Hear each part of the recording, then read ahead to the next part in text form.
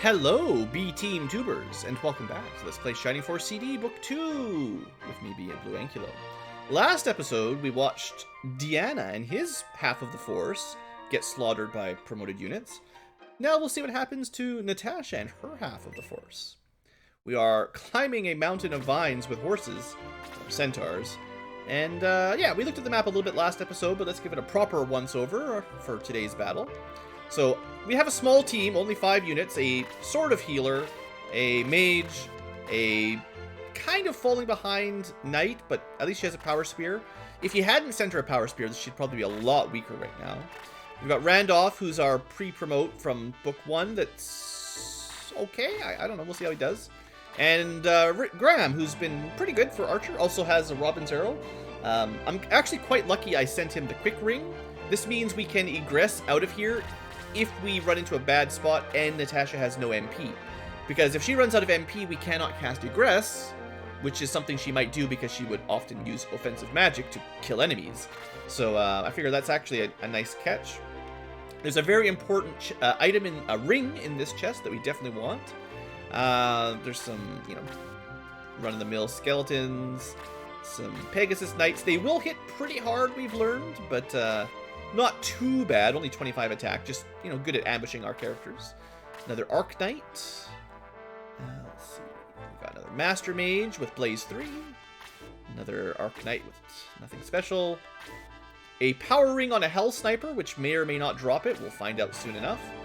And, yeah, some other guys. So, yeah, this guy's going to do a fair bit of damage. Actually, not as much as in Chapter 2, the end of Chapter 2, near the end of Chapter 2, a long, long time ago, when we got that Robin Arrow, there was a Hell Sniper that had a Robin Arrow that was really, really dangerous. The funny thing is, only one of them had it. They had it a long time ago, and ever since then, the same enemies have been, like, comparably quite a lot weaker. So I just thought that was kind of weird that, like, the first time you found one, they were super scary, and then ever since then, we've been fighting kind of the weaker versions that just have normal weapons.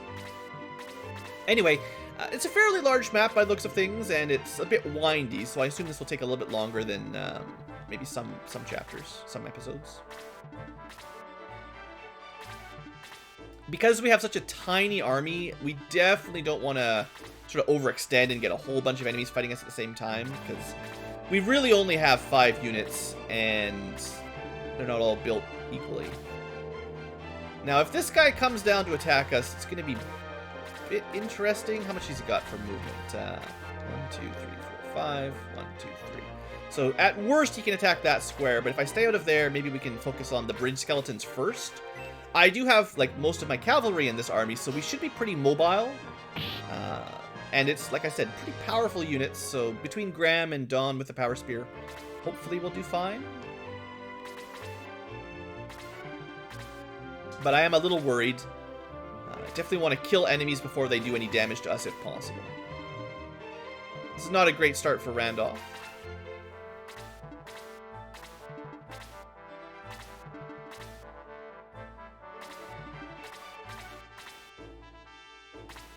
Or Dawn. I was really like 1, 2, 3, 4, 5, 6. She could attack.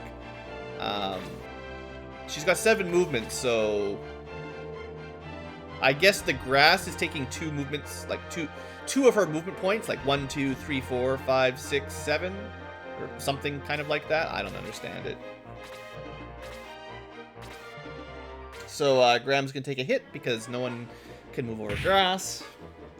It's faster to climb up vines on a mountain than walk across grass if you're a horse. Makes perfect sense to me. Maybe in my fan-made home game, Shining Emblem, or Fire Force as I like to call it, maybe I'll be a little bit more careful about movement types and terrain types and different units like horses and light infantry, heavy infantry, mages, you know, maybe try to make a bit more sense for what you can move through quickly or not. Alright, well, sure. We could have just killed one with Blaze 1, but we can do some extra damage to the next one in line, and that might help. Because we have such a small team, I think we should take the 12 damage here, if I can get it. Level 13, HP 1, attack 1, MP 1. Oh, good, she got Freeze 2. I was really hoping it would be Blaze 3. Well, she's got a good variety of low-level junky magic. She just doesn't have anything, like, she doesn't have any high-level strong magic. She just gets all the fire ice spells. Dawn's doing decent damage. I think rather than letting Randolph get the kill, just like Claude, I'm not terribly worried about him getting level ups right now, or kills specifically. I think getting Luke this kill, like Luke actually does decent damage, reasonably decent. Yeah, pretty good damage, honestly. I'd say that's better than decent.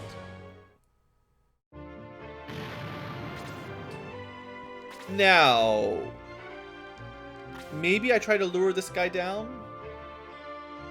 1, 2, 3, 4, 5. 1, 2, 3. Like maybe he'll take the bait. We do get some defense bonus being on the vines somehow. I know they told us we were sitting ducks by climbing this cliff, but no, he did not take the bait. Okay, so it looks like the enemies on the top are sort of programmed to kind of tease you, but not actually attack you. At least not yet.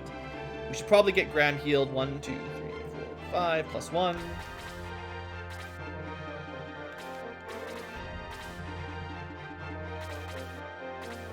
Oh, I didn't even see that Arcanine. He was hiding, blended in with the vines.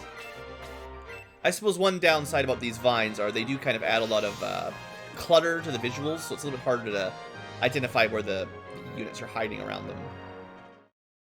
Maybe in my game I'd add some foreground tiles, like heavy forest, that you can maybe not even see a unit behind unless they give themselves away. They could sneak up on you. That'd probably be kind of interesting.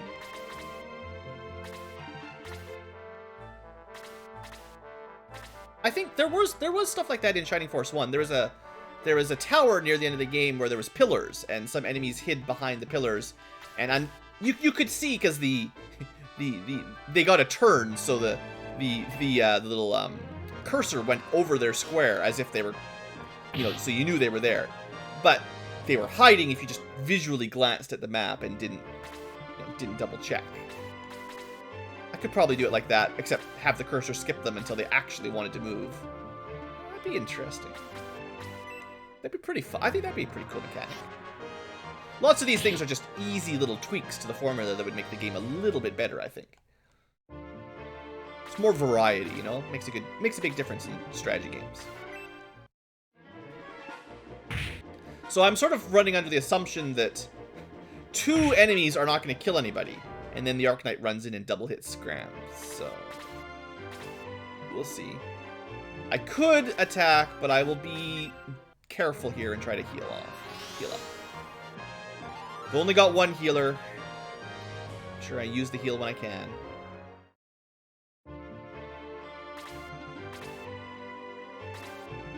Alright. Well, it's okay for Natasha. We get a bit of a group attack here, AoE magic. Maybe we can use Randolph to bring these guys down into more killable range. Yeah, that'll do.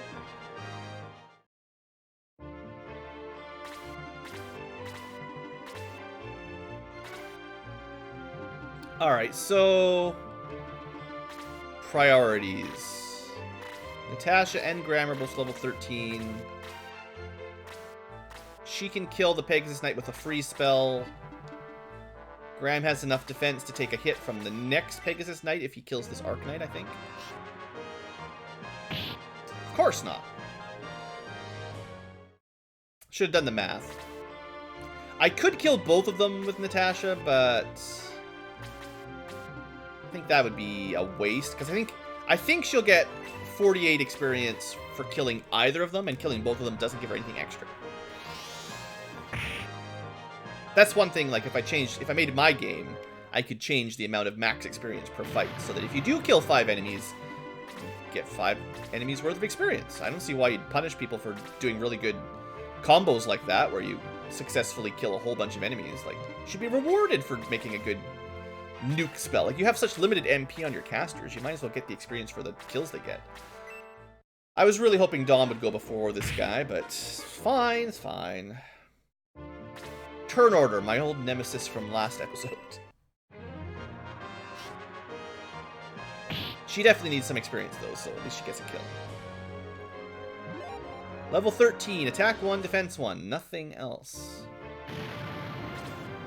Alright, Luke. I'm going to use a medical herb because they heal a maximum of 10 HP. So a heal spell can heal up to 15, so you kind of waste some potential healing if you use a heal spell and only heal up a few. And I'm trying to get as much healing possible out of this guy.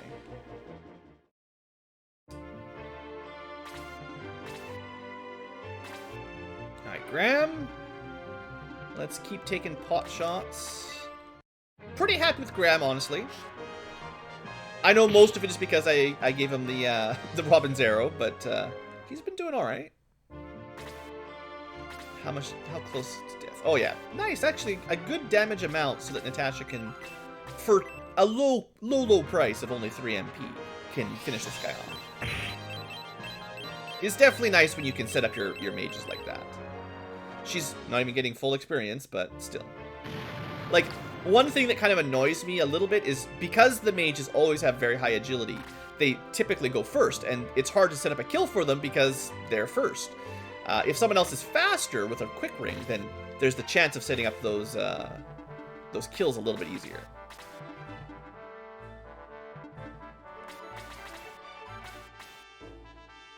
Now I should have Luke heal himself soon.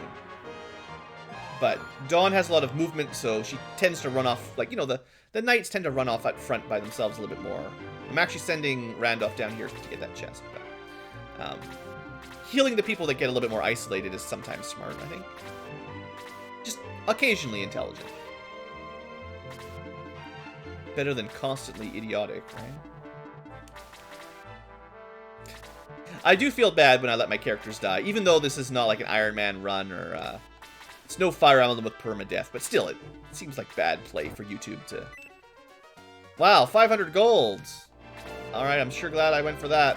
Oh, double-checking my, my walkthrough does mention that it's 500 gold. I thought that was the power ring.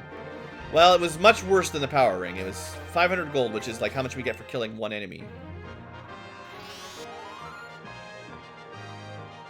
So you know what? If you're playing along, you can probably skip that chest. Don't worry about it too much.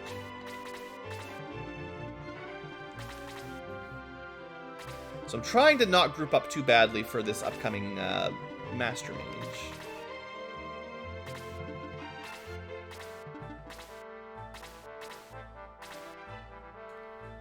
Let's see. So he's probably got 5 movement, but who knows how far he can move over grass. Grass is ridiculously hard to walk through in this world. So, if anything, I'll try to lure him up that way a little. Alright, well, we moved exactly into his range. And he only hit 1 person, so...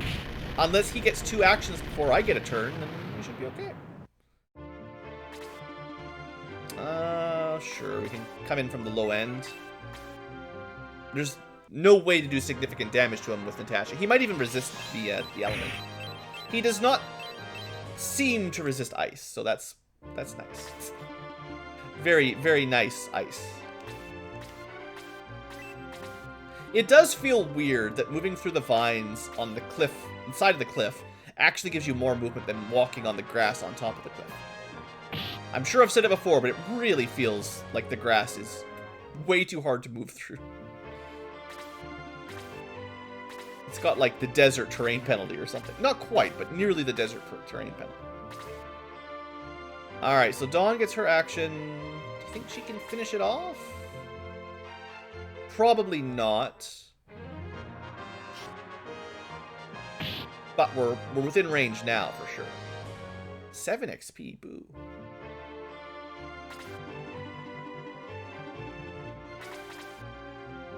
Alright, we could heal, or we could kill. Come on, Luke. There we go, no misses.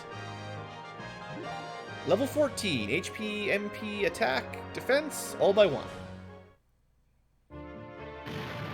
I really wish he'd get a little bit more MP on his level ups. I get it, he's a monk, it's not his primary stat, but... If you want to be a healer, you've really got to get a decent pool of mana, you know. Alright, level 14 Graham. 1 HP, 1 attack, 1 defense, 1 quickness. That's a average enough level, sure. Well, it looks like we should be okay on this battle. A small force, but a powerful force. It's not going to do 13 damage. There's no way. Yeah. There's no way she dies right now at the last second.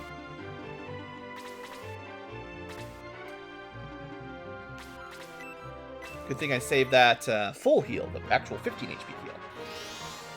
I don't think in this game, for some reason, that you get the boosted healing numbers when you promote. In Shining Force 2, and maybe 1, but definitely 2, once you promoted to your new class, you got a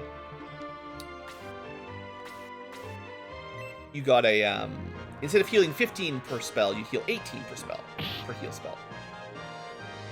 And I believe there are some spells like Heal 3 or Aura 3 that would heal double that, and it would be +3 double, so +6 in promoted stats, I think.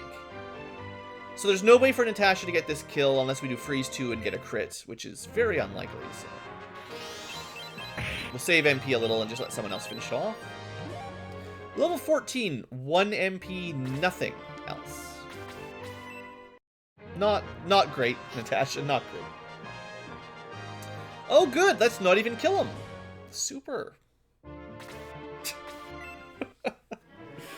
Oh, well, I mean, now Natasha could still get the kill if I want. Randolph's almost caught up. I mean, I was expecting to kill the Arc Knight and have Graham pull the sniper over, but half of that plan worked. Alright, Luke, I guess you just smack this guy. I'm not sure if he's going to get a whole lot of XP at level 14, but he couldn't heal John. Oh no, he's still got good experience. Sure, why not? Give all the experience to the healers. He's got 2 people to heal up now, so we've got to be a little bit careful. Critical hit, though, from Graham. Very good. No experience, basically. So if he's level 14, then if we get the kill on Natasha, it's not going to really give us anything. Dawn might get something, but she's the only one that's not 14. Yeah, okay. I'll let Dawn get the kill. I wouldn't be expecting a ton for this, but it should be more than someone else would. Should be the best we can get. 15, alright. Well, it's better than nothing, but not by much. Alright, now Randolph's finally caught up. We've got people to heal. Not a lot of MP to go around.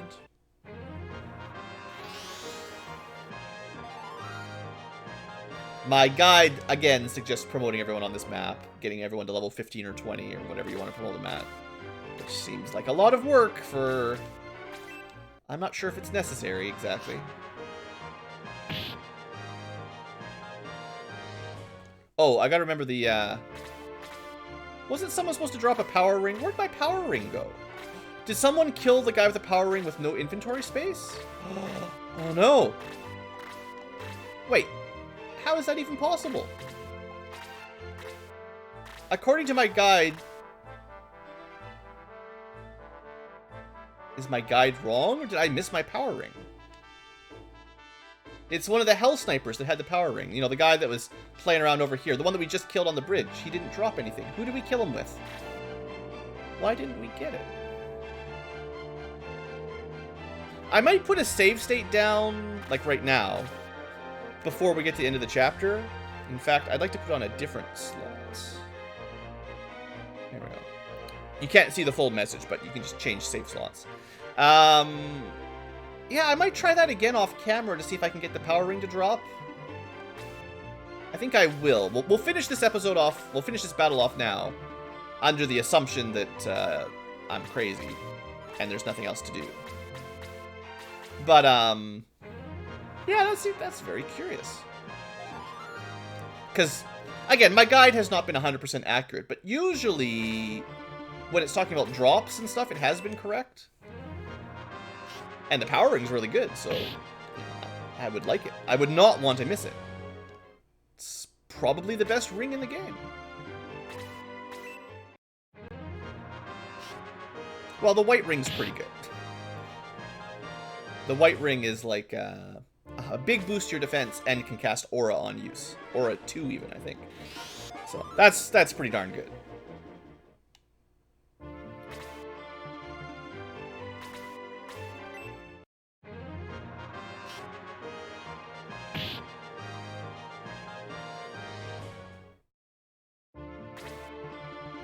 Alright, Natasha, get in there and burn these guys. I wonder if lizards should be weak to ice. You know, reptiles, no heat regulation, take bonus damage from getting frozen.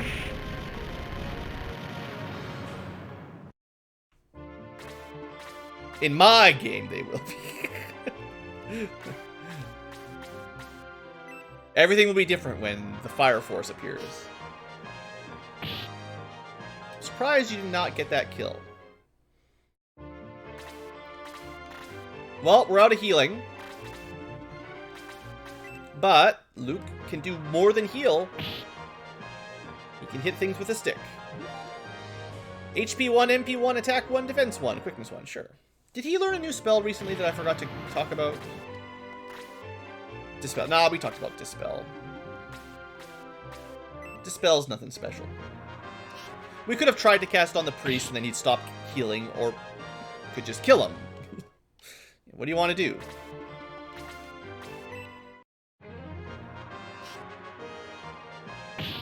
Alright, should be pretty much done. I'm going to put a save here, and then I am going to go back and try, oh, we don't have enough for freeze. Well, I'm going to see if it does bonus damages anyway. I was thinking, we're not going to kill him with Blaze 2 either, so. Ooh, we do get extra damage. Yeah, because freeze 1 is normally 8 to 10. That did way more than normal. So it looks like the lizards are actually slightly weak to ice. Neat.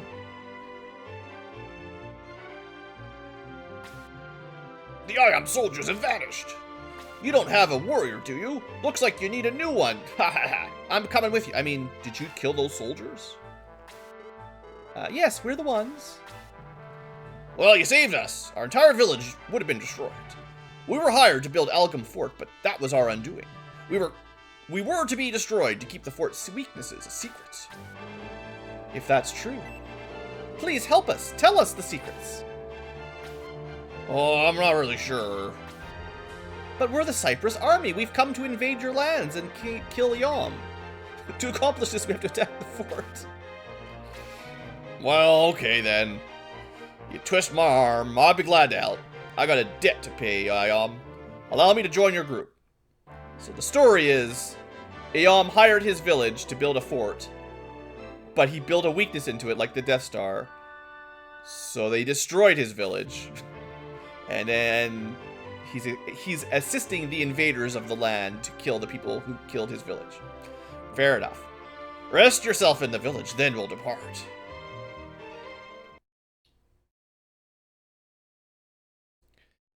Alright, well I don't want to spend a whole lot of time in the village, because I'm probably just going to reload and try to get that power ring again. But, just to show off, yeah, it's the upgraded weapon set, so probably the same weapon selection as we had for Deanna's force. So, better lances if you're promoted, and this gives Randolph 2 good weapons, for instance. Better axe. Although I believe our new warrior is already promoted as well. So Rode already has a battle axe. And gloves for our monk, but only if he promotes, oddly enough. Unpromoted monks can only use staves. Shining Force 2 did it better. Because you only became a master monk on promotion. There was no unpromoted monks. Flails for mages, maybe? No, maybe promoted. Oh, maybe it's only healers or something. Anyway, was that it? Did I miss anything? Promoted long-range weapon for... It's better than the Robin's Arrow, but you can't use it to promote it. Same, same kind of idea. You get it. You get the idea.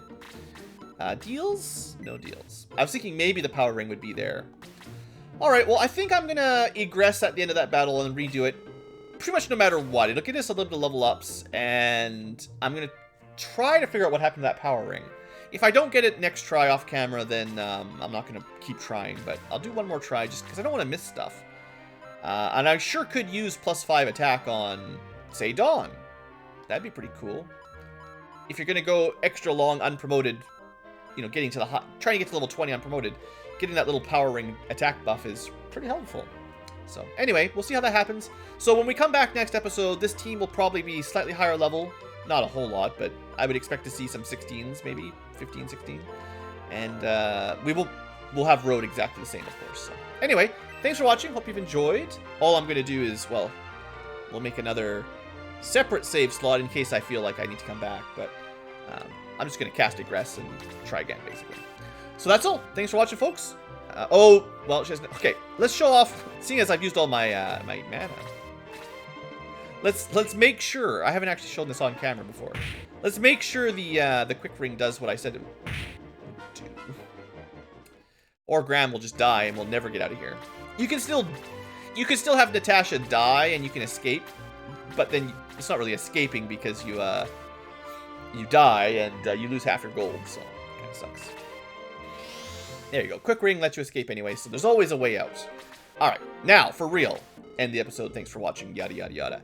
I will see you, one way or other, ready for the next battle when we return. Either with a power ring or without. See you there.